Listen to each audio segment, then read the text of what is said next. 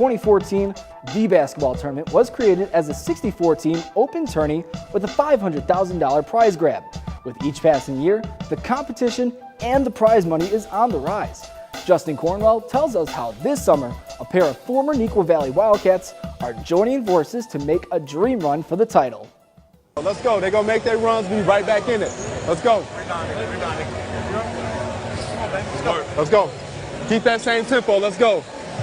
Defense, 1, 2, 3. Defense. With every moment of thrilling victory in the game of basketball, one of the teams will ultimately feel the sting of defeat.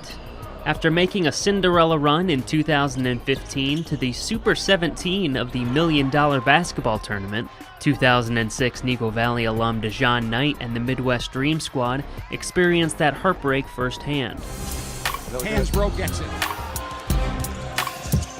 Great pass inside Atkins, plays it up and Notre Dame lives to play again.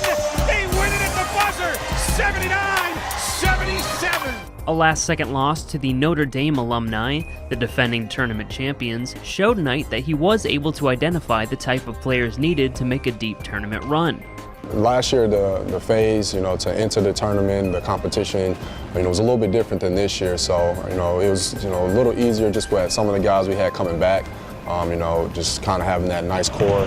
So about 3 or 4 of those guys, and then just started recruiting players. And since last year, never really stopped thinking about the run we made. So kind of was always, every time I see a player, or somebody that I thought might be a good fit or interested and somebody available, I always put the word out there and just kept recruiting guys throughout the year and, came up with the team we got now. After the disappointment of last year's buzzer-beating loss, many of the Dream Squad members recommitted to the team for the 2016 tournament.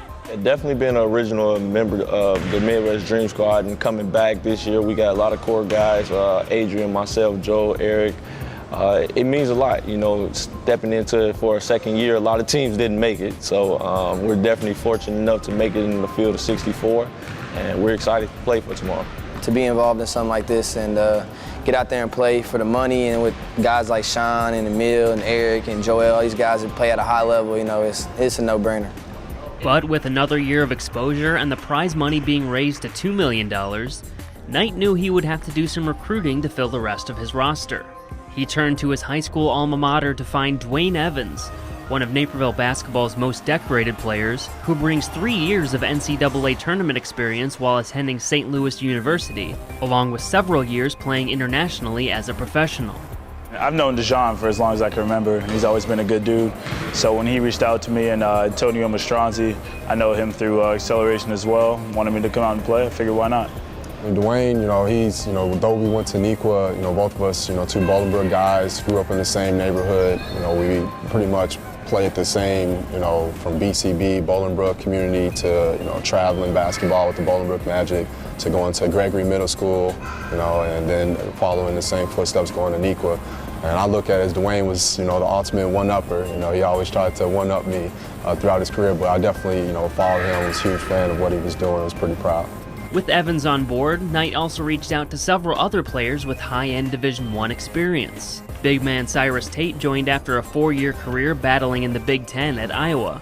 And guard Sean Dockery brought 4 years of learning under men's college basketball's winningest head coach, Mike Krzyzewski at Duke. Dockery at the buzzer. Dockery does it for Duke again.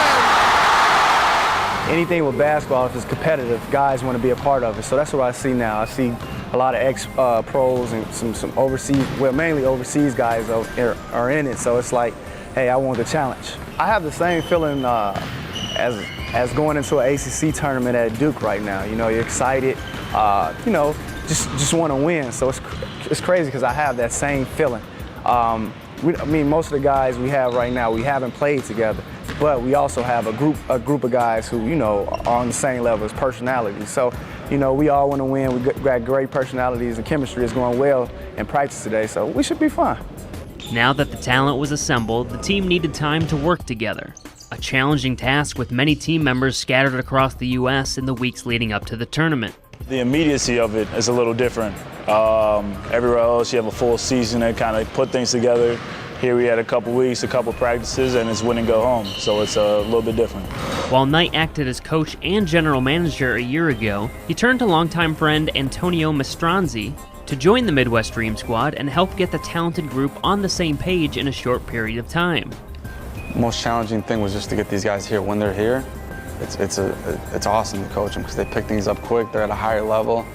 My experience relates to this level because I just played 6 years at a high level in Europe, and so the things that I learned that I can offer as a coach are most relatable at this level rather than youth sports. So I have to adjust in the youth.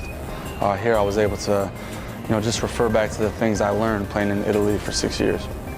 In the opening game of the Midwest Regional, the Dream Squad had the unenviable task of facing Team Armored Athlete, a group led by 3 members of the 2013 Indiana Hoosiers, a team that spent most of that year as the #1 ranked college team in the country. Early on, it looked like the new-look Midwest Dream Squad would be able to play right with the favored athletes. But a 22-2 run before halftime gave Armored Athlete an insurmountable lead. While the Dream Squad never quit, they were unable to cut into the deficit. In what seemed like a blink of an eye, the dream of tournament glory was over. Despite a different kind of stinging defeat than the previous year, the Dream Squad members knew that the experience would always be a special one. Yeah, it was fun. Obviously we didn't get the outcome we wanted, but we had a good time playing. I'm excited to play again next year. As a general manager, it's a lot of work. I've probably been working on this process for the last 7 months.